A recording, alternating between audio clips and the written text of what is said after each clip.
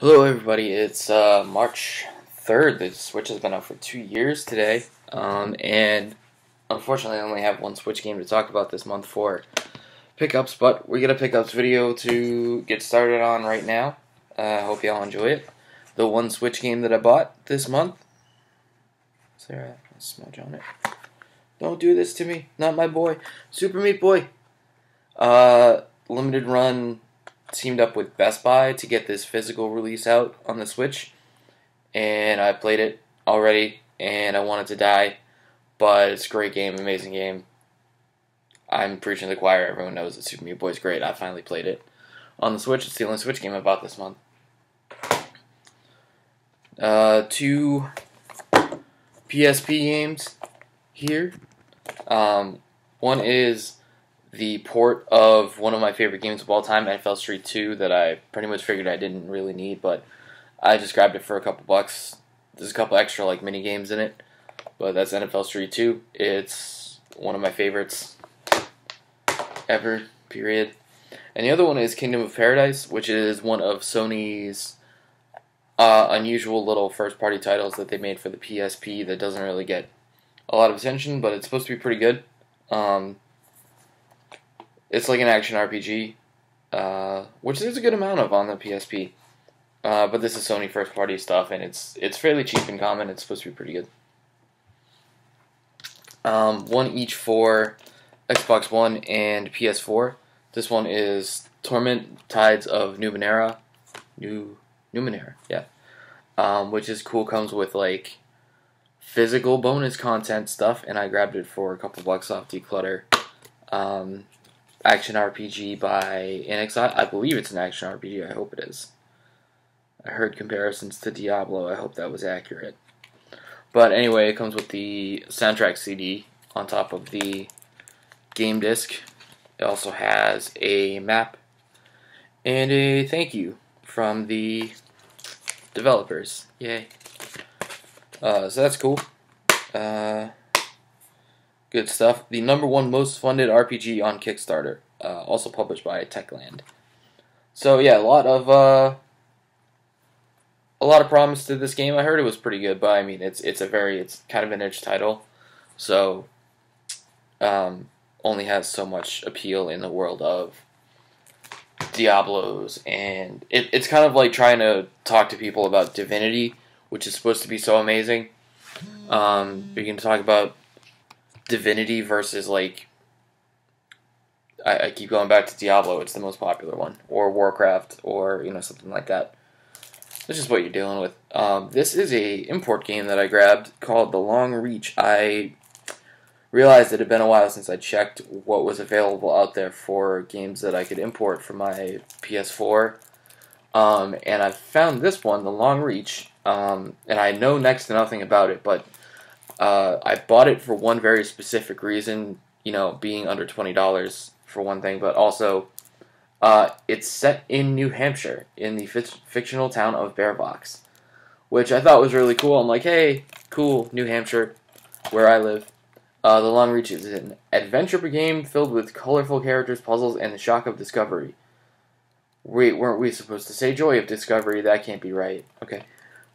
So yeah, it's like pixel art, but that kind of cool pixel art that you can get into really dark and detailed and stuff. Looks really cool. I have one N64 game actually, which is a big surprise, I know. I told myself I wasn't going to get anything Japanese. That's not something I want to, continue collecting the full set with the Japanese stuff, but this is just a really cool item that I really wanted as soon as I saw it.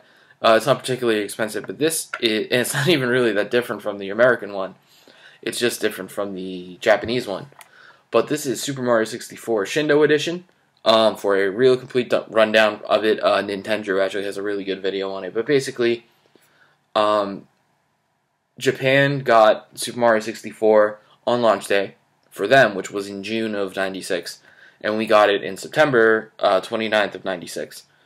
And in between that time, also being put towards an American audience, there's a lot of things like voice clips like from Charles Martinet and stuff, and a couple other things, like just, little tiny aesthetic, not important details.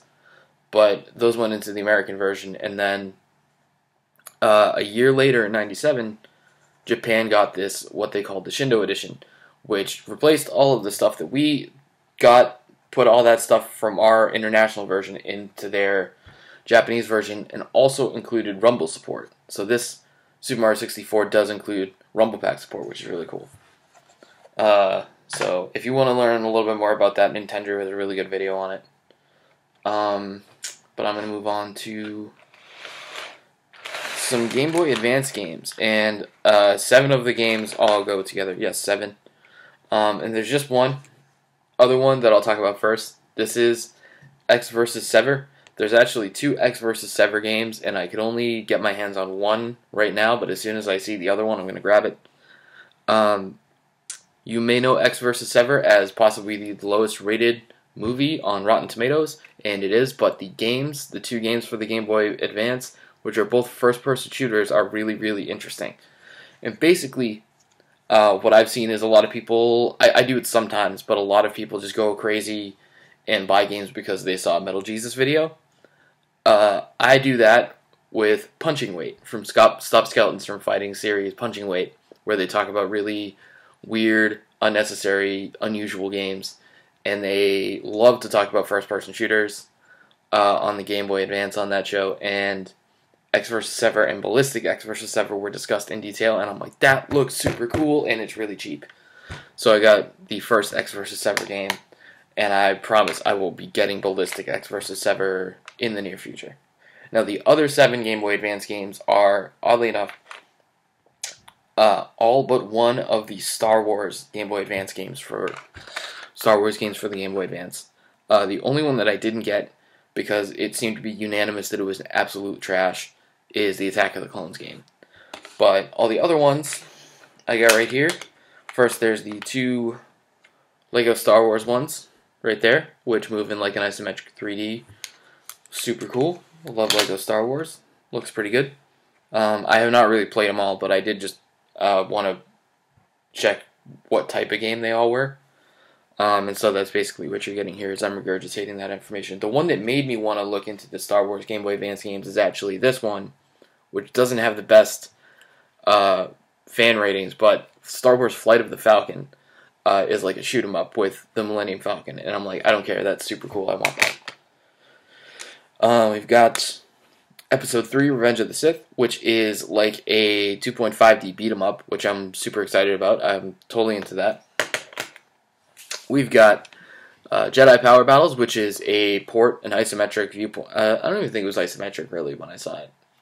It was kind of like a from up above viewpoint brawler as well, which is a port of one of the best Star Wars games from the late 90s, Jedi Power Battles, on PS1 and Dreamcast.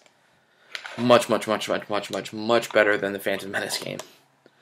This is the New Droid Army, which is another brawler. I feel like they actually continued this on from Jedi Power Battles from just watching the clip that I saw of it. So, New Droid Army, another sort of 3D-ish brawler.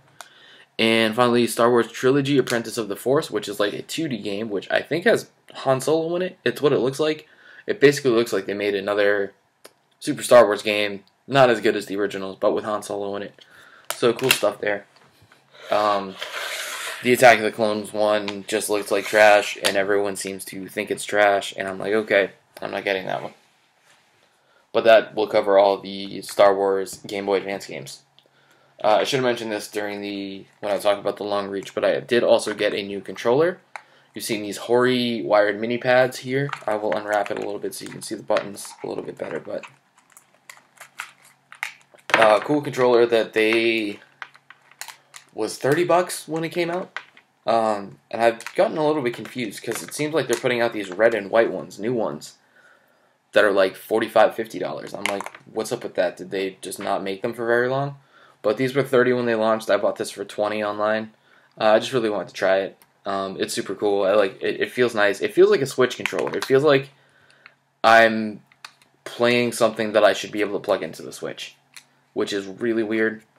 But Yeah, I like it. I like it a lot.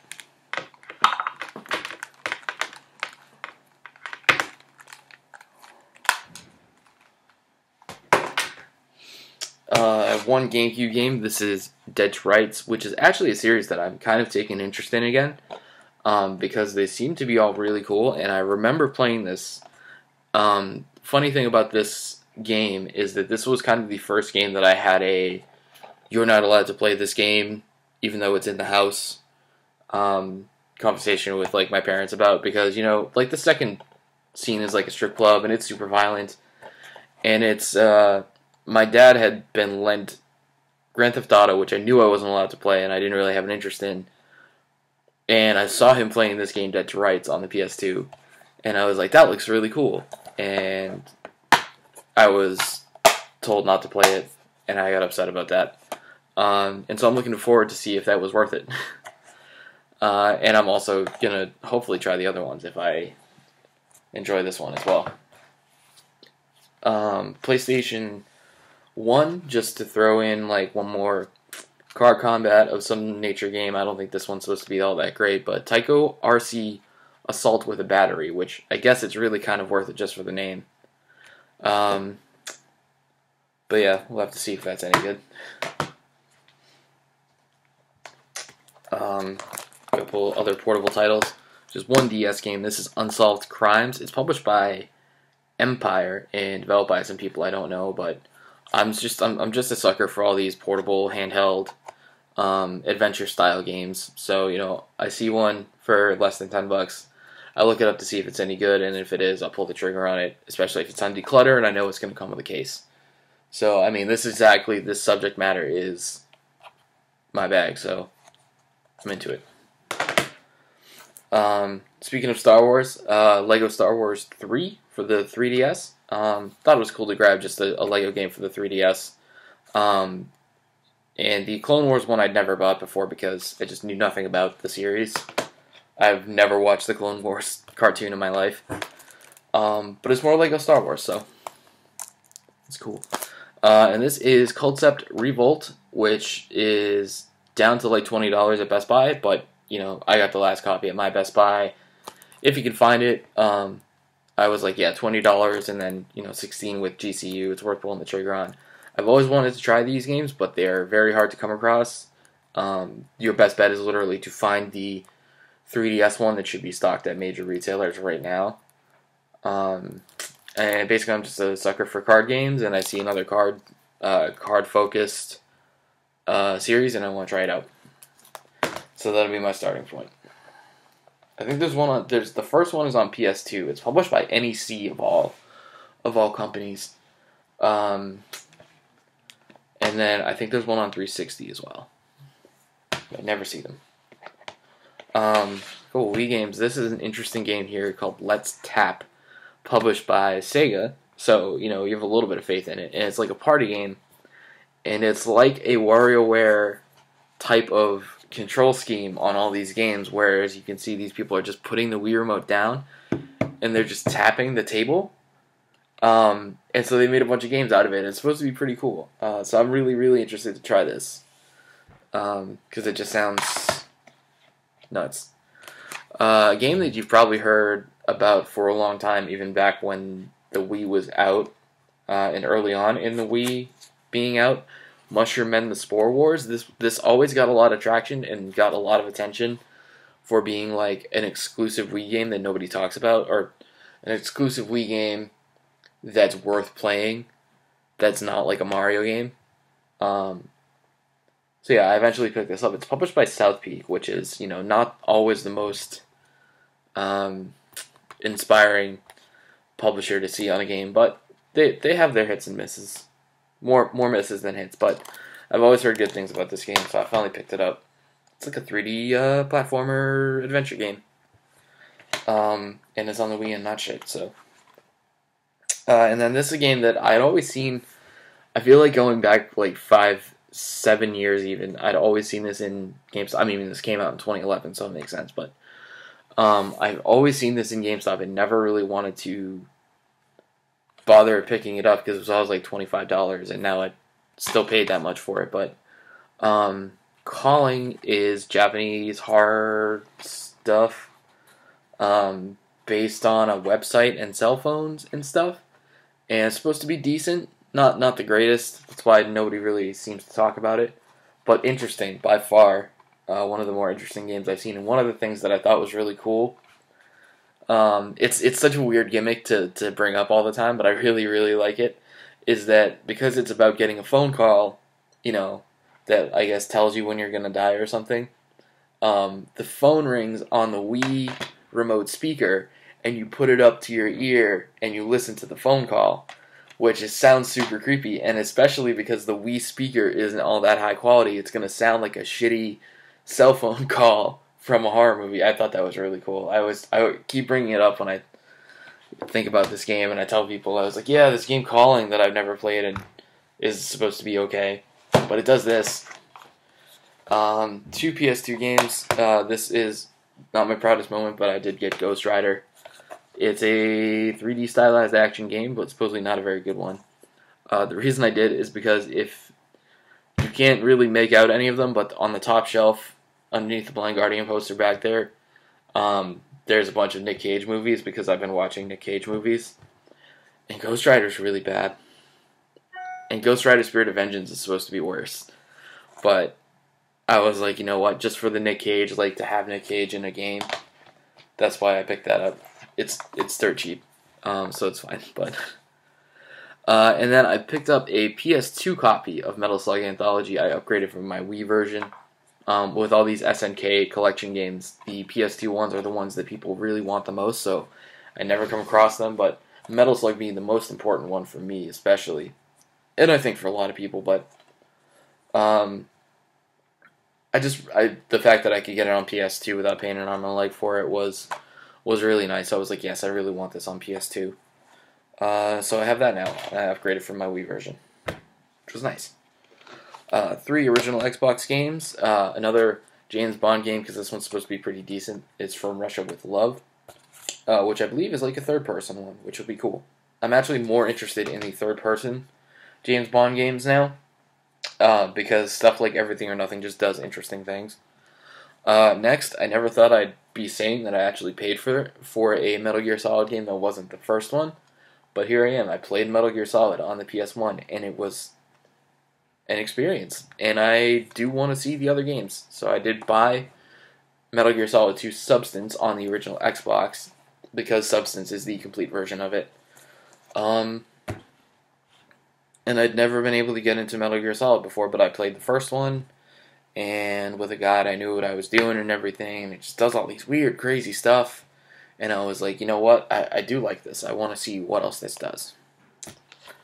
And then Kung Fu Chaos, a weird Xbox original exclusive fighting game, battle fighting game, brawler, from a weird company called Just Add Monsters, and I feel like I had an interesting anecdote or fact about Just Add Monsters as a company, and I don't remember it right now. But this is an interesting looking game with a really weird and actually very, very racist art style that I've always heard good things about, so fun stuff. And lastly, we've got 2 Xbox 360 games. I'll start with Deadfall Adventures. Nordic, in the last couple years of their run before they were bought by THQ and before the 360 and PS3 ended, published a handful of really interesting conceptually interesting games. Some of them are really bad, some of them are not so bad. This is one of the not so bad ones, and I really just have a total interest in it because it's like an action adventure, like a classic adventure movie, but with like zombies and stuff too. And they're upfront about it, like not like Uncharted. It's like a shooter adventure. You go all over the world, Indiana Jones style. Very interested in this. It's supposed to be actually decent. And then lastly, Harry Potter and the Deathly Hallows Part 1. And I always thought that I didn't really care. They just made these games up until the final movie just to have a game for the movie.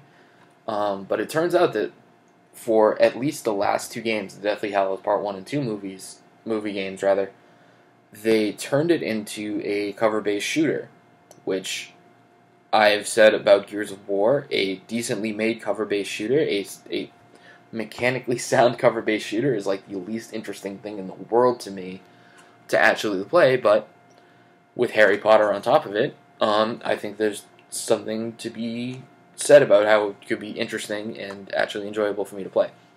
So I have the Lego ones to cover the last movies, and now I have the first of the Deathly Hallows games, and if I get to the point and I like it, or just if I find the second one, I might just pick it up. Because they're actually like fittingly dark and violent, I would say, to match the movie, the last part of Harry Potter. So that's cool. And that's it for this month's pickups. Not a terribly long video, but I definitely have a lot of stuff in here.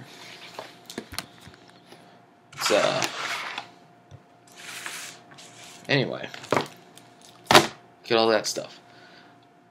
So I will be today playing some NBA Jam 99. I'm almost done with the year 1998 as a whole for the N64. So catch me on that later. And yeah, see y'all another time. Bye bye.